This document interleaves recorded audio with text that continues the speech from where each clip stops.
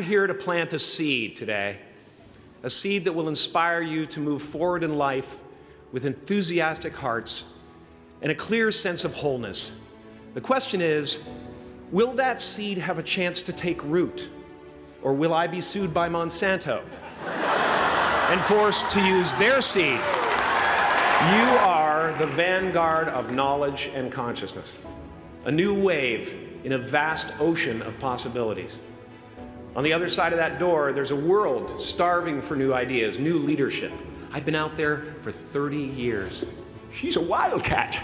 Oh, she'll rub up against your leg and purr until you pick her up and start petting her, and then out of nowhere, she'll swat you in the face.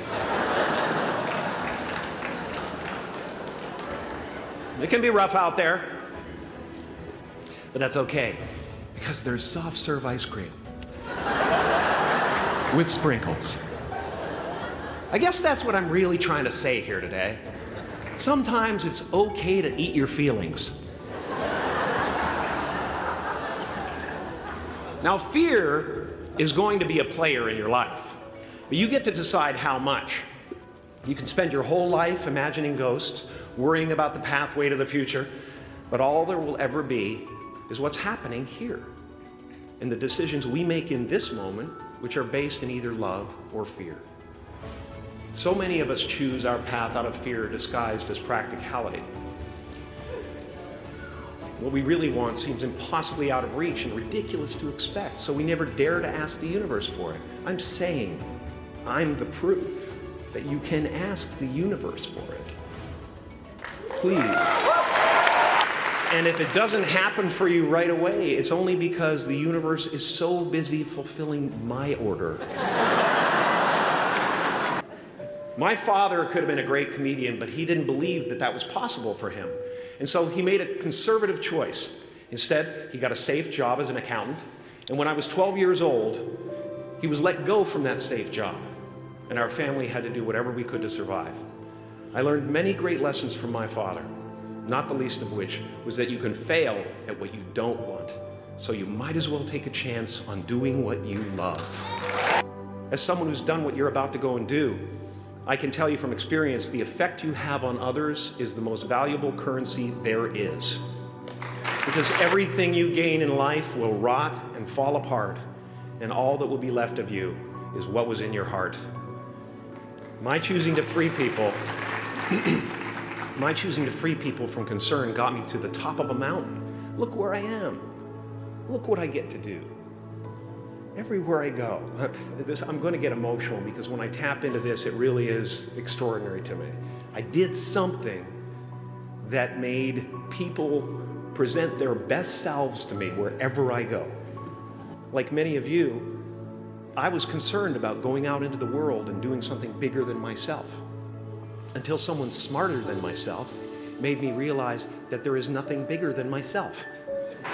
My soul is not contained within the limits of my body. My body is contained within the limitlessness of my soul. One unified field of nothing, dancing for no particular reason, except maybe to comfort and entertain itself.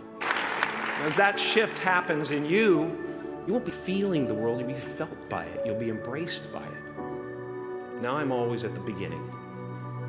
I have a reset button, and I ride that button constantly.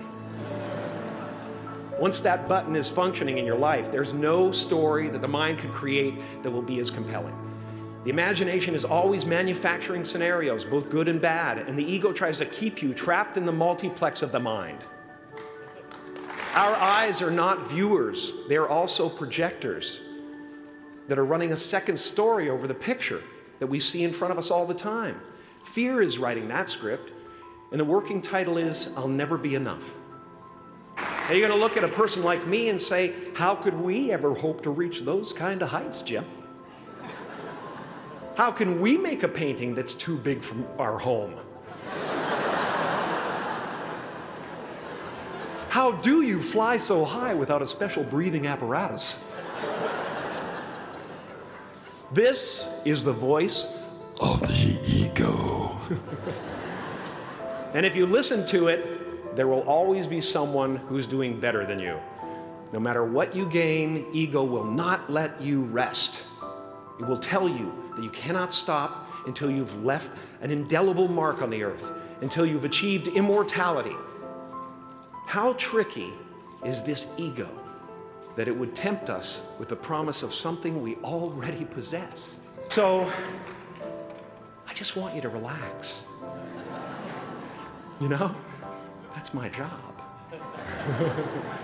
Relax and dream up a good life.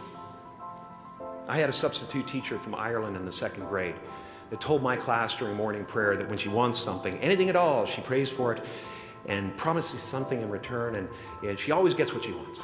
Well, I'm sitting at the back of the classroom, you know, thinking, wow, my family can't afford a bike, you know. So I went home and I prayed for one. And I promised I would recite the rosary every night in exchange. Broke that promise. But 2 weeks later, I got home from school to find a brand new Mustang bike with a banana seat and Easy Rider handlebars. Yeah. From fool to cool. My family informed me that I had won the bike in a raffle that a friend of mine had entered my name in without my knowledge whatsoever. So that type of thing has been happening to me ever since. And as far as I can tell, it's just about letting the universe know what you want and working toward it while letting go of how it comes to pass.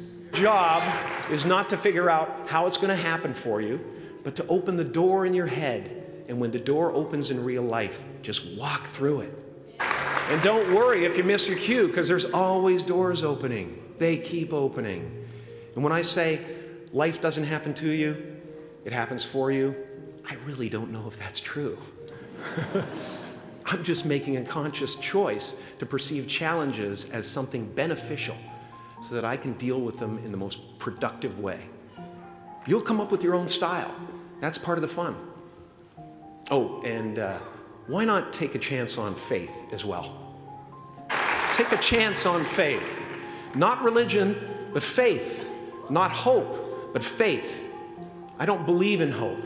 Hope is a beggar. Hope walks through the fire and faith leaps over it. You are ready and able to do beautiful things in this world. And after you walk through those doors today, you will only ever have 2 choices, love or fear. Choose love, and don't ever let fear turn you against your playful heart. Thank you so much.